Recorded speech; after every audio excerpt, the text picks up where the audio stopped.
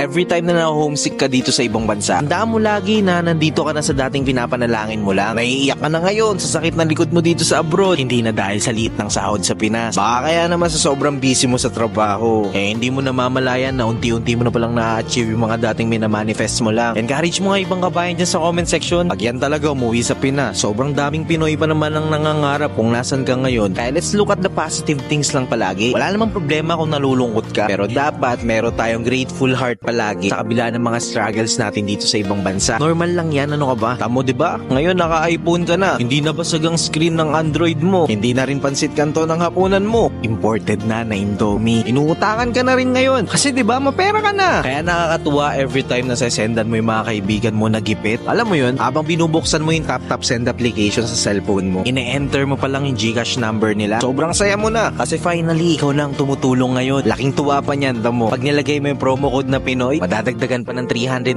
pesos yung ipapadala mo. Mabilis na, high exchange rates, may bonus pa na 390 pesos dahil sa promo code na Pinoy. If titignan mo naman talaga kabayan, malayo-layo ka pa nga. Pero try mo lumingon sa likod, malulula ka at sobrang layo mo na. Basta wag ka lang mapapagod lumaban. Lakasan mo lang palagi ang loob mo para sa mga taong naniniwala sa'yo. Pag nadapa, umayo. Pag umiyak, edi punasan mo. Tapos laban ulit. Kaya mo yan. I-motivate lang natin yung isa't isa. Kaya i-share mo na tong video na to, kabayan.